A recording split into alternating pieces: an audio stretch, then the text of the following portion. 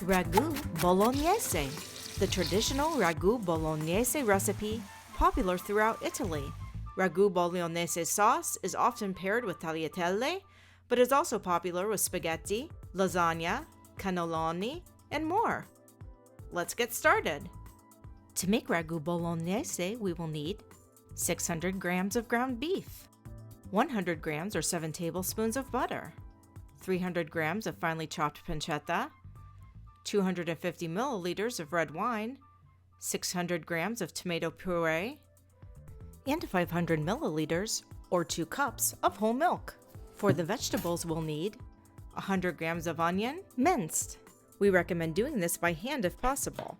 Food processors can sometimes result in a loss of juice, and we want all of the juice from the vegetables flavoring our sauce.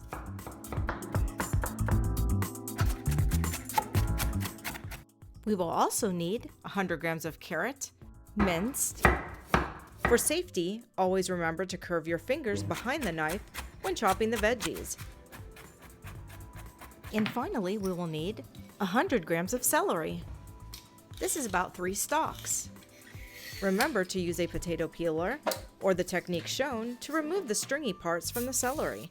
The last ingredients we'll need are salt and pepper, and possibly a bit of beef broth to keep our ragu moist during the long cook time. In a large skillet or saucepan, melt 100 grams, or about 7 tablespoons, of butter. Sauté the minced celery, carrot, and onion until tender and translucent.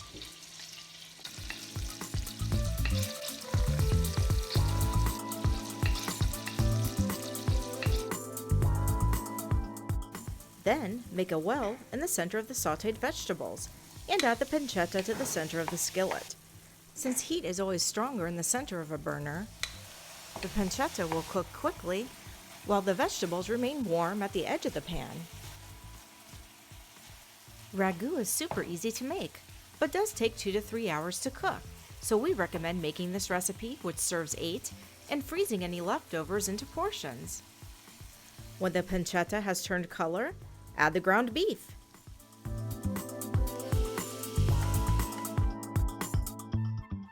Cook over medium heat until the meat is cooked through. Interestingly, the name ragu derives from the French ragout, which derives from the ancient French ragouter, which means to revive the taste. The term ragout refers to all of those preparations in which the meat is cut into small pieces or ground, and then simmered over low heat for a very long time. When the beef is no longer pink, it's time to add the wine. Add the wine a little at a time to avoid lowering the temperature of the other ingredients. When the initial wine you've added has reduced, continue this process until all of the wine has been added.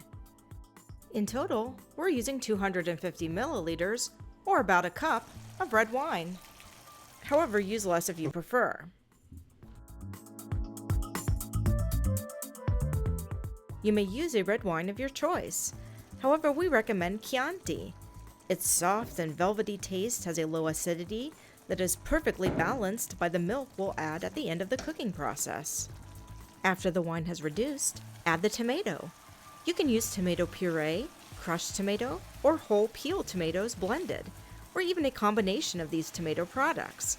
We are using only tomato puree, called passata in Italian, because we think it imparts the best flavor.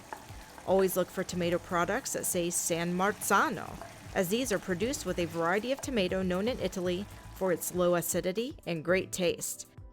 After the tomato has been added, cover and simmer the ragu over low heat for at least 2 hours. Add a tiny amount of beef broth as needed if the ragu begins to dry out before the 2-hour cook time. We didn't need to do that here.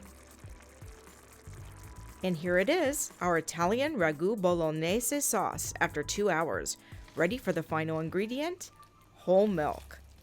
Stir in the milk a little at a time, just as we did with the wine. You can add the milk slowly over the course of about an hour.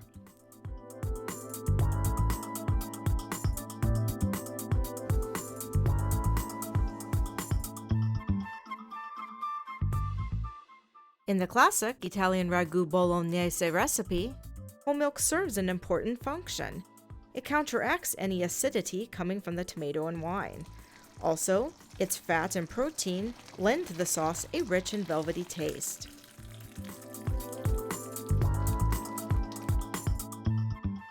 After all of the milk has been incorporated, salt and pepper to taste. And there you have it, the classic Italian Ragu Bolognese. Now we'll show you how to make the traditional dish, Tagliatelle Ragu Bolognese. To serve 4, add about 250 grams of tagliatelle to a pot of boiling water. Cook according to package directions, or make tagliatelle at home from scratch using our video recipe. Salt the water halfway through the cook time. Warm half of the Ragu Bolognese sauce that you've prepared with this recipe. Drain the tagliatelle and immediately add the ragu.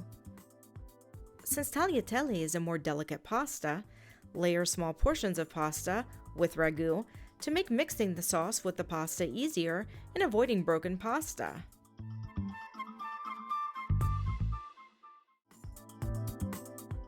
Top with Parmigiano Reggiano.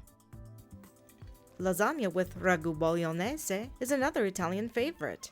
Check out our recipe or use it in your own.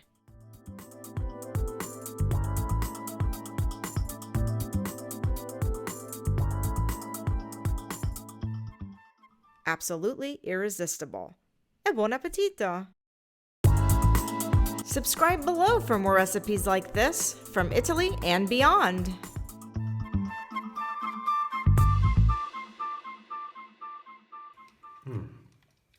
Man, that's delicious. Want to try it?